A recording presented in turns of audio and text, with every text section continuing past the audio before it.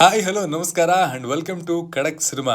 ಇವತ್ತು ನಾನು ಕನ್ನಡದಲ್ಲಿ ಎಕ್ಸ್ಪ್ಲೈನ್ ಮಾಡೋದಕ್ಕೆ ಹೊರಟಿರುವಂತಹ ಸಿನಿಮಾದ ಹೆಸರು ಅಂಡರ್ ದ ಶಾಡೋ. ಎರಡು ದೇಶಗಳ ಮಧ್ಯೆ ಯುದ್ಧ ನಡೀತಾ ಇರಬೇಕಾದ್ರೆ ಒಂದು ಫ್ಯಾಮಿಲಿ ತುಂಬಾ ಕಷ್ಟ ಪಡ್ತಾ ಇರುತ್ತೆ. ಅದು ಸಾಲದು ಅಂತ ಅವ್ರ ಜೊತೆಲಿ ದೆವ್ವಗಳು ಕೂಡ ಹೆಂಗೆ ಕಾಟ ಕೊಡುತ್ತೆ ಅನ್ನೋದನ್ನ ನೀವು ಈ ಸಿನಿಮಾದಲ್ಲಿ ನೋಡ್ಬೋದು. ಕಾನ್ಸೆಪ್ಟ್ ಅಂತೂ ತುಂಬಾನೇ ಇಂಟ್ರೆಸ್ಟಿಂಗ್ ಆಗಿದೆ. ಸೊ ಬನ್ನಿ ಹಾಗಾದ್ರೆ ಇದನ್ನ ನರೇಟ್ ಮಾಡ್ತಾ ಹೋಗ್ತೀನಿ, ನೀವು ಈ ಕಥೆಯನ್ನ ಎಂಜಾಯ್ ಮಾಡ್ತಾ ಹೋಗಿ. ಈ ಕತೆ ಸ್ಟಾರ್ಟ್ ಆಗೋದು ಇರಾನ್ ಮತ್ತು ಇರಾಕ್ ಮಧ್ಯ ಭೀಕರ ಯುದ್ಧ ನಡೀತಾ ಇರುತ್ತೆ. ಜನಗಳಿಗೆ ತುಂಬಾ ಕಷ್ಟ ಆಗ್ತಾ ಇರುತ್ತೆ. ಒಂದ್ ಕಡೆ ಒಂದ್ ಹೊತ್ತಿನ ಊಟನೂ ಸಿಗ್ತಾ ಇರಲ್ಲ. ನೆಕ್ಸ್ಟ್ ಸೀನಲ್ಲಿ ಶೀದೆ ಅನ್ನೋ ಹುಡುಗಿನ ತೋರಿಸ್ತಾರೆ. ಅವಳು ಬಂದು ಮೆಡಿಕಲ್ ಸ್ಟೂಡೆಂಟ್. ಹೀಗೆ ಒಂದಿನ ಅವಳನ್ನ ಮ್ಯಾನೇಜ್ಮೆಂಟ್ ಕರೀತಾರೆ. ವಿಷಯ ಏನಂತ ನೋಡಿದ್ರೆ ಶೀದೇನ ಕಾಲೇಜ್ ಮ್ಯಾನೇಜ್ಮೆಂಟ್ ರೆಸ್ಟ್ರಿಗೇಟ್ ಮಾಡ್ತಾರೆ. ಯಾಕಂತ ನೋಡಿದ್ರೆ ಯುದ್ಧ ನಡೀತಾ ಇರಬೇಕಾದ್ರೆ ಸ್ಟೂಡೆಂಟ್ ಗಳ ಲೆಫ್ಟಿಸ್ಟ್ ಗ್ರೂಪ್ ಅಲ್ಲಿ ಅವಳ ಇನ್ವಾಲ್ವ್ಮೆಂಟ್ ಇರುತ್ತೆ. ಹೀಗೆ ತುಂಬಾ ಫ್ರಸ್ಟ್ರೇಷನ್ ಅಲ್ಲಿ ಶೀದೆ ಮನೆಗೆ ಹೋಗ್ತಾಳೆ. ಒಂದ್ ಸ್ವಲ್ಪನೂ ಫ್ರಸ್ಟ್ರೇಷನ್ ಕಮ್ಮಿ ಆಗಲ್ಲ. ಅದೇ ಕೋಪದಲ್ಲಿ ಅವಳ ಮೆಡಿಕಲ್ ಬುಕ್ಸ್ ಎಲ್ಲವನ್ನ ಎಸಿತಾ ಇರ್ತಾಳೆ. ಬಟ್ ಒಂದು ಬುಕ್ ಅನ್ನ ಅವಳ ಹತ್ರನೇ ಇಟ್ಕೋತಾಳೆ. ಆ ಬುಕ್ ಯಾವುದು ಅಂತ ನೋಡಿದ್ರೆ ಅದು ಮೆಡಿಕಲ್ ಸೈಕಾಲಜಿಗೆ ಸಂಬಂಧಪಟ್ಟಿದ್ದು. ಅದನ್ನ ಅವಳಿಗೆ ಅವ್ರ ಅಮ್ಮ ಅವಳಿಗೆ ಸಾಯಕ್ಕೂ ಮುಂಚೆ ಕೊಟ್ಟು ಸತ್ತಿರ್ತಾರೆ. ಶಿದೆ ಹಸ್ಬೆಂಡ್ ಇದನ್ನೆಲ್ಲ ಗಮನಿಸ್ತಾನೆ. ಅವನ ಹೆಸರು ಇರಾಜ್. ಇರಾಜ್ ಕೂಡ ಒಬ್ಬ ಡಾಕ್ಟರೇ. ಅವ್ರಿಬ್ರಿಗೂ ಒಂದು ಹೆಣ್ಣು ಮಗು ಇರುತ್ತೆ. ಆ ಪುಟ್ಟ ಮಗು ಹೆಸರು ದೋರ್ಸಾ ಅಂತ. ಇರಾಜ್ ಯುದ್ಧದ ಮಿಲಿಟರಿ ಸರ್ವಿಸಸ್ಗೆ ಕೆಲಸ ಮಾಡ್ತಾ ಇರ್ತಾನೆ. ಯುದ್ಧದ ಸಮಯದಲ್ಲಿ ಅವನು ಮನೇಲಿರೋದಕ್ಕಾಗಲ್ಲ. ಅದಕ್ಕೆ ಶಿದೆಗೆ ಅವ್ರ ಅಪ್ಪ ಅಮ್ಮನ ಮನೆಗೆ ದೋರ್ಸಾನ ಕರ್ಕೊಂಡು ಹೋಗು ಅಂತ ಅಂತಾನೆ. ಯಾಕಂದ್ರೆ ಇವಾಗ ಊರಲ್ಲಿ ಕೂಡ ಯುದ್ಧ ನಡೀತಾ ಇರತ್ತೆ. ಆ ಯುದ್ಧದಿಂದ ಈ ಊರಲ್ಲಿ ಸೇಫ್ಟಿ ಇಲ್ಲ. ಅದಕ್ಕೆ ಶೀದೆ ಅಂಡ್ ದೋರ್ಸಾನ ಕಳ್ಸೋದಕ್ಕೆ ಪ್ಲಾನ್ ಮಾಡ್ತಾ ಇರ್ತಾನೆ.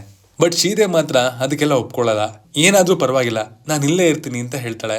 ಅಪ್ಪ ಹೊರಗಡೆ ಹೋಗುವಾಗ ದೋರ್ಸಾ ತುಂಬಾ ಬೇಜಾರು ಮಾಡ್ಕೋತಾಳೆ. ಯಾಕಂದ್ರೆ ದೋರ್ಸಾಗೆ ಅವ್ರ ಅಪ್ಪ ಅಂದ್ರೆ ತುಂಬಾನೇ ಇಷ್ಟ. ಇರಾಜ್ ಮಿಲಿಟ್ರಿಗೆ ಹೋಗೋದಕ್ಕೂ ಮುಂಚೆ ದೋರ್ಸಾ ಹತ್ರ ಒಂದು ಮಾತು ಹೇಳ್ತಾನೆ. ಮನೇಲಿ ನಿನಗೇನಾದ್ರೂ ಸಮಸ್ಯೆ ಆದ್ರೆ ನಿನಗಿಷ್ಟ ಆಗಿರೋ ಬೊಂಬೆನೆ ನಿನ್ನ ಕಾಪಾಡತ್ತೆ ಅಂತ ಹೇಳ್ತಾನೆ. ದೋರ್ಸಾ ಅವಳಿಗೆ ಇಷ್ಟ ಆಗಿರೋಂತಹ ಬೊಂಬೆನ ಕಿಮಿ ಅಂತ ಕರೀತಾಳೆ. ಅದೇ ಟೈಮ್ಗೆ ಹೊರಗಡೆ ಜೋರಾಗಿ ಸೈರನ್ ಸೌಂಡ್ ಕೇಳಿಸ್ತಾ ಇರತ್ತೆ. ಸೈರನ್ ಸೌಂಡ್ ಬರ್ತಾ ಇದೆ ಅಂದ್ರೆ ಮಿಸೈಲ್ಸ್ ಅಟ್ಯಾಕ್ ಆಗ್ತಾ ಇದೆ ಅಂತ. ದೋರ್ಸಾ ಸಿದೆ ಮತ್ತು ಅಕ್ಕಪಕ್ಕ ಮನೆಯವ್ರು ಹೋಗಿ ಒಂದು ಬೇಸ್ಮೆಂಟ್ಗೆ ಸೇರ್ಕೊಳ್ತಾರೆ. ಬೇಸ್ಮೆಂಟ್ ಅಲ್ಲಿ ದೋರ್ಸಾ ಒಬ್ಬ ಹುಡುಗನ್ನ ಮೀಟ್ ಮಾಡ್ತಾಳೆ. ಆ ಚಿಕ್ಕ ಹುಡುಗ ಅವಳ ಕಿವಿಲಿ ಏನೋ ಹೇಳಿ ಅವಳ ಕೈಯಲ್ಲಿ ಒಂದು ವಸ್ತು ಇಡ್ತಾನೆ. ಇದನ್ನ ನೋಡ್ತಿದ್ದ ಶಿದೆ ಮಿಸ್ಸಸ್ ಪ್ರಕೂರ್ ಹತ್ರ ಆ ಹುಡುಗ ಯಾರು ಅಂತ ಕೇಳ್ತಾಳೆ. ಅದಕ್ಕೆ ಮಿಸ್ಸಸ್ ಪ್ರಕೂರ್ ಆ ಹುಡುಗ ಬಂದು ನಮ್ಮ ಮನೆ ಓನರ್ ಮನೆಗೆ ಬಂದಿದ್ದಾನೆ ಅಂತ ಹೇಳ್ತಾರೆ. ಮಿಸ್ಸಸ್ ಪ್ರಕೂರ್ ಮನೆ ಓನರ್ ಹೆಸರು ಇಬ್ರಾಹಿಂ ಅಂತ. ಸೈರನ್ ಸೌಂಡ್ ಸ್ಟಾಪ್ ಆದ ತಕ್ಷಣ ಅವ್ರವ್ರ ಮನೆಗೆ ಎಲ್ಲರೂ ಸೇರ್ಕೊಳ್ತಾರೆ. ಹಾಗೆ ಮನೆಗೆ ಸೇರ್ಕೊಂಡ್ಮೇಲೆ ದೋರ್ಸಾ ಸಿದೆ ಹತ್ರ ನನ್ಗೆ ಜಿನ್ ಅಂದ್ರೆ ಭಯ ಆಗ್ತಿದೆ ಅಂತ ಹೇಳ್ತಾಳೆ. ಅರೇಬಿಯಾ ಅಂಡ್ ಇಸ್ಲಾಮಿಕ್ ಮೈಥಾಲಜಿ ಪ್ರಕಾರ ಜಿನ್ ಅಂದ್ರೆ ದೇವಾನು ದೇವತೆಗಳಿಗಿಂತ ಕಮ್ಮಿ ಶಕ್ತಿ ಪಡ್ಕೊಂಡಿರುವಂತಹ ದುಷ್ಟ ಶಕ್ತಿಗಳು ಅಂತ. ಈ ಜಿನ್ಸ್ಗಳು ಜಾಸ್ತಿ ಪ್ರಾಣಿಗಳ ರೂಪದಲ್ಲಿ ಇರ್ತವೆ ಹಾಗೂ ಮನುಷ್ಯರನ್ನ ಪೊಸೆಸ್ ಮಾಡುತ್ತೆ. ಅದಕ್ಕೆ ಶಿದೆ ನೋಡು ಮಗು, ಜಿನ್ಸ್ ನಿಜ ಜೀವನದಲ್ಲಿ ಇರಲ್ಲ, ಅದೆಲ್ಲ ಕತೆಗಳು ಮತ್ತು ಪುರಾಣಗಳಲ್ಲಿ ಮಾತ್ರ ಇರುತ್ತೆ ಅಂತ ಹೇಳ್ತಾಳೆ. ಅದಕ್ಕೆ ದೋರ್ಸಾ ಇಲ್ಲ ಅಮ್ಮ, ನನಗ್ ಮೆಹದ್ ಅಂತ ಒಬ್ಬ ಹುಡುಗ ಹೇಳ್ದ, ಅದೆಲ್ಲ ನಿಜ ಅಂತೆ. ಮೆಹದ್ ಯಾರು ಅಲ್ಲ, ಬೇಸ್ಮೆಂಟ್ ಅಲ್ಲಿ ದೋರ್ಸಾ ಹತ್ರ ಬಂದು ಮಾತಾಡುವಂತ ಹುಡುಗ. ಮೆಹದ್ ನನ್ಗೆ ಮ್ಯಾಜಿಕಲ್ ಕ್ಯಾಟ್ ಅಂತ ಒಂದು ಬಾಲ್ ಕೊಟ್ಟಿದ್ದಾನೆ. ಆ ಬಾಲು ಜಿನ್ನಿಂದ ನನ್ನ ಕಾಪಾಡುತ್ತೆ ಅಂತ ಹೇಳ್ದ. ಬಟ್ ಇವಾಗ ಆ ಬಾಲ್ ಎಲ್ಲಿ ಅಂತ ಕಾಣಿಸ್ತಾನೆ ಇಲ್ಲ, ಕಳೆದೋಗಿದೆ ಅಂತ ಭಯ ಆಗ್ತಿದೆ ಅಮ್ಮ. ಅದಕ್ಕೆ ಶಿದೆ ಹೇಳ್ತಾಳೆ, ನೋಡು, ಚಿಕ್ಕ ಮಕ್ಳನ್ನ ಭಯ ಪಡಿಸೋದಕ್ಕೆ ಈ ಜಿನ್ ಕತೆಗಳನ್ನ ಹೇಳ್ತಾರೆ. ಇದೆಲ್ಲ ನಿಜ ಜೀವನದಲ್ಲಿ ಇರಲ್ಲ ಪುಟ. ಅಷ್ಟೇ ಅಲ್ಲದೆ ನೆಕ್ಸ್ಟ್ ಡೇ ಶಿದೆ ಮನೆ ಓನರ್ ಇಬ್ರಾಹಿಂ ಮನೆಗೆ ಹೋಗ್ತಾಳೆ. ಅಲ್ಲಿ ಇಬ್ರಾಹಿಂ ಹೆಂಡತಿ ಇರ್ತಾಳೆ. ಶಿದೆ ಅವಳ ಹತ್ರ ಹೋಗಿ ಮೆಹದ್ ಬಗ್ಗೆ ಹೇಳ್ತಾಳೆ. ನೋಡಿ, ನಿಮ್ ಹುಡ್ಗ ಮೆಹದ್ ನನ್ನ ಮಗಳಿಗೆ ದೆವ್ವದ ಕತೆ ಹೇಳ್ತಾ ಇದ್ದಾನೆ. ಅದರಿಂದ ನನ್ನ ಮಗಳು ತುಂಬಾನೇ ಭಯ ಪಡ್ತಾ ಇದ್ದಾಳೆ. ಇದೆಲ್ಲ ನಿಲ್ಸಕ್ ಹೇಳಿ ಅಂತಾಳೆ. ಅದಕ್ಕೆ ಇಬ್ರಾಹಿಂ ಹೆಂಡತಿ ಶಿದೆಗೆ ಒಂದು ಶಾಕಿಂಗ್ ನ್ಯೂಸ್ ಹೇಳ್ತಾಳೆ. ಏನಂದ್ರೆ ಮೆಹದ್ ಒಬ್ಬ ಮಾತು ಬಾರದ ಮೂಗ ಹುಡುಗ. ಯುದ್ಧದ ಸಮಯದಲ್ಲಿ ಅವನ ಅಪ್ಪ ಅಮ್ಮ ಸತ್ತೋಗಿದ್ದನ್ನ ನೋಡಿ ಅವನಿಗೆ ಶಾಕ್ ಆಗಿ ಮಾತು ನಿಂತೋಗಿದೆ. ನಿಜ ಹೇಳ್ಬೇಕು ಅಂದ್ರೆ ಇಬ್ರಾಹಿಂ ಹೆಂಡತಿಗೂ ಮೆಹದ್ ಅಂದ್ರೆ ಒಂದು ಚೂರು ಇಷ್ಟ ಇರಲ್ಲ. ಅವನು ಯಾವಾಗ್ಲೂ ತುಂಬಾ ವಿಚಿತ್ರವಾಗಿ ಬಿಹೇವ್ ಮಾಡ್ತಾ ಇರ್ತಾನೆ. ಇದೆಲ್ಲ ಕೇಳಿ ಶಿದೆ ಗಾಬರಿಯಿಂದ ಏನು ಮಾತಾಡದೆ ಮನೆಗೆ ವಾಪಸ್ ಆಗ್ತಾಳೆ. ಮನೇಲಿ ಹಾಗೆ ಕಾಲ ಕಳೀತಾ ಇರ್ಬೇಕಾದ್ರೆ ಸಡನ್ ಆಗಿ ಮೇಲಿಂದ ಒಂದು ಸೌಂಡ್ ಬರುತ್ತೆ.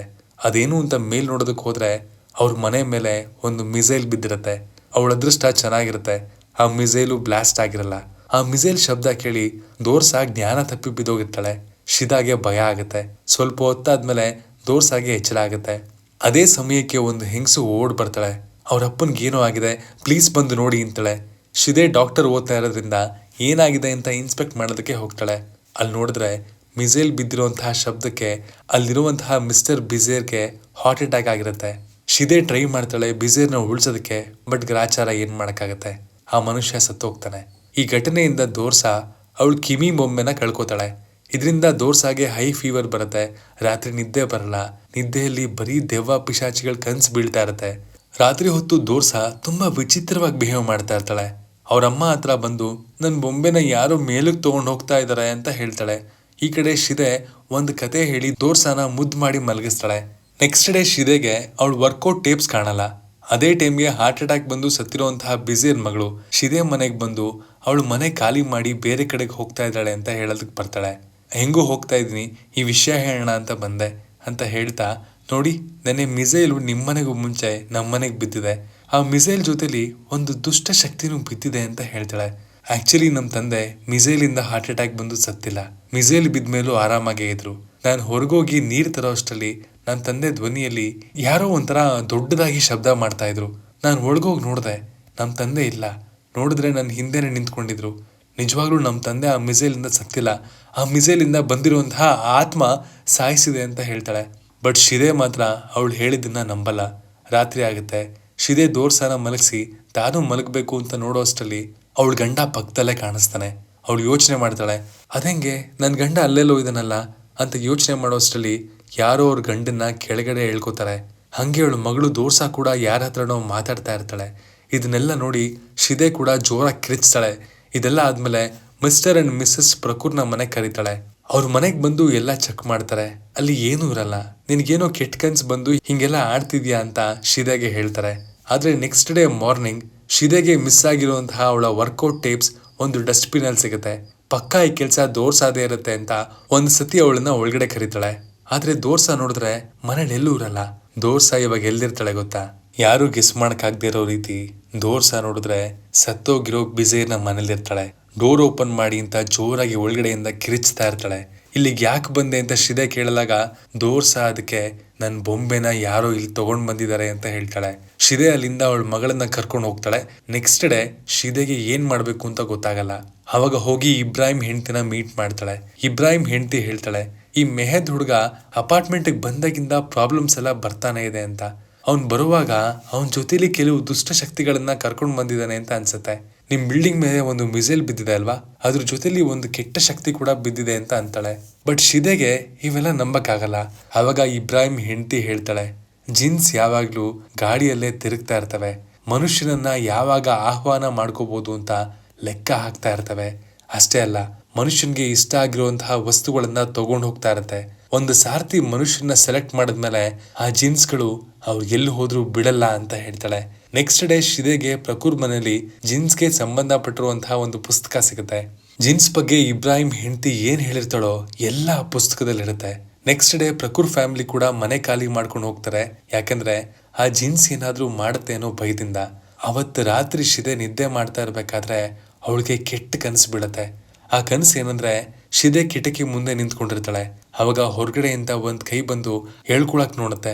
ಗಾಬರಿಯಿಂದ ಎದ್ದು ಆ ಕಿಟಕಿ ಹತ್ರ ಹೋಗ್ತಾಳೆ. ಅವಾಗ ಆ ಕಿಟಕಿಯಲ್ಲಿ ಏನೋ ಒಂದು ಫಾಸ್ಟ್ ಆಗಿ ಪಾಸ್ ಆದಂಗೆ ಕಾಣುತ್ತೆ. ನೆಕ್ಸ್ಟ್ ಡೇ ಡೋರ್ಸಾನ ಕರ್ಕೊಂಡು ಹಾಸ್ಪಿಟ್ಲ್ಗೆ ಹೋಗ್ತಾಳೆ. ಯಾಕಂದ್ರೆ ಡೋರ್ಸಾಗೆ ಅವತ್ತಿಂದ ಫೀವರ್ ಒಂಚೂರು ಕಮ್ಮಿ ಆಗಿರಲ್ಲ. ಡಾಕ್ಟರ್ಸ್ ಎಲ್ಲ ಚೆಕ್ ಮಾಡಿ ನೋಡಿ ಹೇಳ್ತಾರೆ, ನಿಮ್ ಮಗುಗೆ ಏನೂ ಪ್ರಾಬ್ಲಮ್ ಇಲ್ಲ, ತುಂಬಾ ಸ್ಟ್ರೆಸ್ ತಗೊಂಡು ಹಿಂಗೆಲ್ಲ ಆಗಿದೆ ಅಂತಾರೆ. ಸರಿ ಅನ್ಕೊಂಡು ಶಿದೆ ಡೋರ್ಸಾನ ಕರ್ಕೊಂಡು ಮನೆಗೆ ಹೋಗುವಾಗ ದಾರಿಲಿ ಮೆಹದ್ ಸಿಗ್ತಾನೆ. ಹೆಂಗೂ ದಾರಿಲಿ ಸಿಕ್ಕಿದಾನಲ್ವಾ, ಮನೆಗೆ ಡ್ರಾಪ್ ಮಾಡೋಣ ಅಂತ ಅನ್ಕೊಂಡು ಅವನನ್ನು ಕಾರಲ್ಲಿ ಕೂರಿಸ್ಕೊತಾಳೆ. ದಾರಿಲಿ ಹೋಗ್ಬೇಕಾದ್ರೆ ದೋರ್ಸಾಗೆ ಕೊಟ್ಟಿರೋ ಬೊಂಬೆ ಏನಾಯ್ತು ಅಂತ ಶಿದೆ ಹತ್ರ ಕೇಳ್ತಾನೆ. ಶಿದೆ ಏನು ಮಾತಾಡದೆ ಇಬ್ರಾಹಿಂ ಮನೆವರೆಗೂ ಅವನನ್ನ ಡ್ರಾಪ್ ಮಾಡಿ ಬರ್ತಾಳೆ. ಅಲ್ಲಿ ನೋಡಿದ್ರೆ ಇಬ್ರಾಹಿಂ ಫ್ಯಾಮಿಲಿ ಕೂಡ ಮನೆ ಶಿಫ್ಟ್ ಮಾಡ್ತಾ ಇರ್ತಾರೆ. ಯಾಕಂದ್ರೆ ಆ ಅಪಾರ್ಟ್ಮೆಂಟ್ ಅಲ್ಲಿ ಯಾವುದೋ ದುಷ್ಟ ಶಕ್ತಿ ಇದೆ ಅಂತ. ಇವಾಗ ಎಂಟೈರ್ ಅಪಾರ್ಟ್ಮೆಂಟ್ ಅಲ್ಲಿ ಯಾರೂ ಇಲ್ಲ, ಕೇವಲ ದೋರ್ಸಾ ಮತ್ತು ಶಿದೆ ಅಷ್ಟೇ. ಶಿದೆ ಕೂಡ ನಮ್ಗೆ ಈ ಮನೆ ಸೇಫ್ ಅಲ್ಲ ಅಂತ ಬಟ್ಟೆ ಪ್ಯಾಕ್ ಮಾಡ್ಕೋತಾ ಇದ್ರೆ ದೋರ್ಸಾ ಬಂದು ನನ್ ಬೊಂಬೆ ಸಿಗೋವರೆಗೂ ನಾನು ಇಲ್ಲಿಂದ ಎಲ್ಗೂ ಬರಲ್ಲ ಅಂತ ಹೇಳ್ತಾಳೆ. ಅವಾಗ ಶಿದೆಗೆ ಕೋಪ ಬಂದು, ಆ ಬೊಂಬೆ ಎಲ್ಲೂ ಹೋಗಿರಲ್ಲ, ನೀನೆಲ್ಲೋ ಕಳ್ಕೊಂಡಿರ್ತೀಯ ಅಷ್ಟೇ. ಅದಕ್ಕೆ ದೋರ್ಸಾ ನನ್ ಬೊಂಬೆ ನಾನು ಎಲ್ಲೂ ಬಿಸಾಕಿಲ್ಲ, ಯಾರೋ ನನ್ನ ಹತ್ರ ಕತ್ಕೊಂಡಿದ್ದಾರೆ ಅಂತ ಬೇಜಾರು ಮಾಡ್ಕೊಂಡು ಹೇಳ್ತಾಳೆ. ಸೊ ಇಬ್ರಾಹಿಂ ಹೆಂಡತಿ ಹೇಳಿದ್ದು ಜ್ಞಾಪಕ ಬರುತ್ತೆ.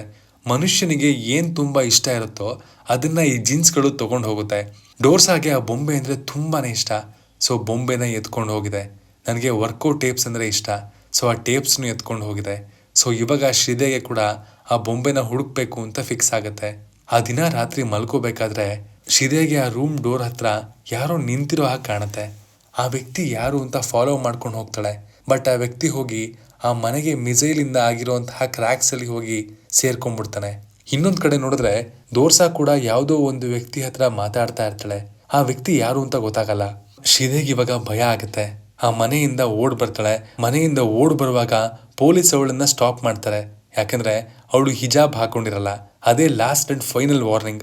ಹಿಜಾಬ್ ಇಲ್ದೆ ಯಾರು ಬರಬಾರ್ದು ಅಂತ ಹೇಳಿ ಶಿದೆ ಅಂಡ್ ದೋರ್ಸಾನ ವಾಪಸ್ ಮನೆ ಕಳಿಸ್ತಾರೆ. ಮನೆಗೆ ಬಂದ್ಮೇಲೆ ಶಿದೆ ಅವ್ರ ಮನೆಗೆ ಆಗಿರುವಂತಹ ವಾಲ್ ಕ್ರ್ಯಾಕ್ಸ್ ನ ಟೇಪ್ ಅಲ್ಲಿ ರೆಕಾರ್ಡ್ ಮಾಡ್ತಾಳೆ.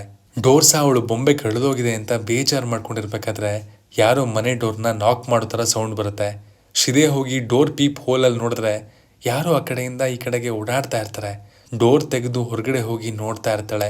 ಇದೇ ಟೈಮಲ್ಲಿ ಯಾವುದೋ ಒಂದು ಆತ್ಮ ಶಾಲ್ ಹಾಕೊಂಡು ಅವ್ರ ಮನೆ ಒಳಗಡೆ ಹೋಗುತ್ತೆ. ಸೊ ಶಿದೆ ಮನೆ ಒಳಗಡೆ ಹೋಗಿ ಡೋರ್ಸಾ ಹತ್ರ ಕೇಳ್ತಾಳೆ, ಮನೆಗೆ ಯಾರಾದ್ರೂ ಲೇಡಿ ಬಂದಿದ್ಲಾ ಅಂತ. ಅವಾಗ ಡೋರ್ಸಾ ಹೌದು, ಒಂದು ಲೇಡಿ ಬಂದಿದ್ಲು ಅಂತ ಹೇಳ್ತಾಳೆ.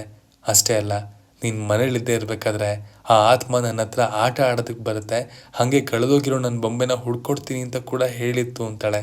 ಅದಾದ್ಮೇಲೆ ನೋಡಿದ್ರೆ ಮಿಸ್ ಆಗಿರೋ ಡೋರ್ಸಾ ಬೊಂಬೆ ಸಿಗುತ್ತೆ. ಬಟ್ ಅದು ನೋಡಿದ್ರೆ ಫುಲ್ ಡ್ಯಾಮೇಜ್ ಆಗಿ ಪೀಸ್ ಪೀಸ್ ಆಗೋಗಿರುತ್ತೆ. ಡೋರ್ಸಾ ನೋಡಿ ಇದು ನಮ್ಮಮ್ಮನೇ ಮಾಡಿರೋದು ಅಂತ ಅನ್ಕೋತಾಳೆ. ನನಗೆ ಗೊತ್ತಿಲ್ಲದೆ ನಮ್ಮಮ್ಮನೇ ಈ ತರ ಮಾಡಿರ್ತಾಳೆ ಅಂತ ಫಿಕ್ಸ್ ಆಗ್ಬಿಡ್ತಾಳೆ. ಶಿದೆ ಅದನ್ನ ನೋಡಿ ಆ ಬೊಂಬೆಗೆ ಟೇಪ್ ಹಾಕಿ ಬೊಂಬೆನ ರೀಡಿಸೈನ್ ಮಾಡಿ ಕೊಡ್ತಾಳೆ. ಇದೇ ಸಮಯದಲ್ಲಿ ಶಿದೆ ಡೋರ್ಸಾನ ಕರ್ಕೊಂಡು ಮನೆಯಿಂದ ಹೊರಗಡೆ ಹೋಗೋ ಪ್ಲಾನ್ ಮಾಡ್ತಾಳೆ.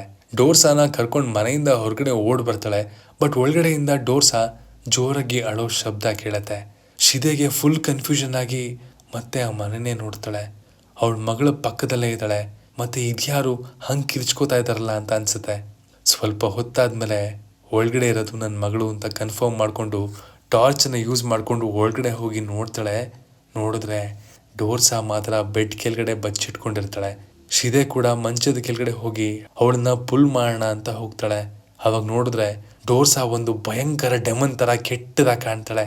ಅಂದ್ರೆ ಅವಾಗ ಶಿದೆ ಯೋಚನೆ ಮಾಡ್ತಾಳೆ, ಸ್ಟಾರ್ಟಿಂಗ್ ಅಲ್ಲಿ ನಾನು ಕರ್ಕೊಂಡು ಹೋಗಿದ್ದು ನನ್ನ ಮಗಳು ಡೋರ್ಸಾನೆ ಅಂತ ಹೊರಗಡೆ ಬಂದು ನೋಡ್ತಾಳೆ. ಆದ್ರೆ ಡೋರ್ಸಾ ಮಾತ್ರ ಯಾರು ಕಾಣಿಸ್ತಾ ಇರೋ ವ್ಯಕ್ತಿ ಹತ್ರ ಮಾತಾಡ್ತಾ ಇರ್ತಾಳೆ. ಶಿದೆ ಮಾತ್ರ ಹೆಂಗಾದ್ರೂ ಸರಿ ಅಂತ ಡೋರ್ಸಾನ ಕರ್ಕೊಂಡು ಅಲ್ಲಿಂದ ಹೋಗ್ತಾಳೆ. ಕಾರ್ ಹತ್ತಿ ಅಲ್ಲಿಂದ ಎಸ್ಕೇಪ್ ಆಗ್ತಾರೆ. ಇಲ್ಲಿವರೆಗೂ ಎಲ್ಲ ಸರಿಯಾಗಿರುತ್ತೆ. ಅಲ್ಲಿಂದ ಎಸ್ಕೇಪ್ ಆಗ್ತಾರೆ. ಆದ್ರೆ ಅವ್ರ ಕಾರಲ್ಲಿರೋ ಬೊಂಬೆಗೆ ತಲೆನೇ ಇರಲ್ಲ. ಆ ಬೊಂಬೆ ತಲೆ ಆ ಅಪಾರ್ಟ್ಮೆಂಟ್ ಅಲ್ಲೇ ಬಿದ್ದಿರುತ್ತೆ. ಅಷ್ಟೇ ಅಲ್ಲ, ಶಿದೆ ಮೆಡಿಕಲ್ ಬುಕ್ ಕೂಡ ಅಪಾರ್ಟ್ಮೆಂಟ್ ಅಲ್ಲೇ ಇರುತ್ತೆ.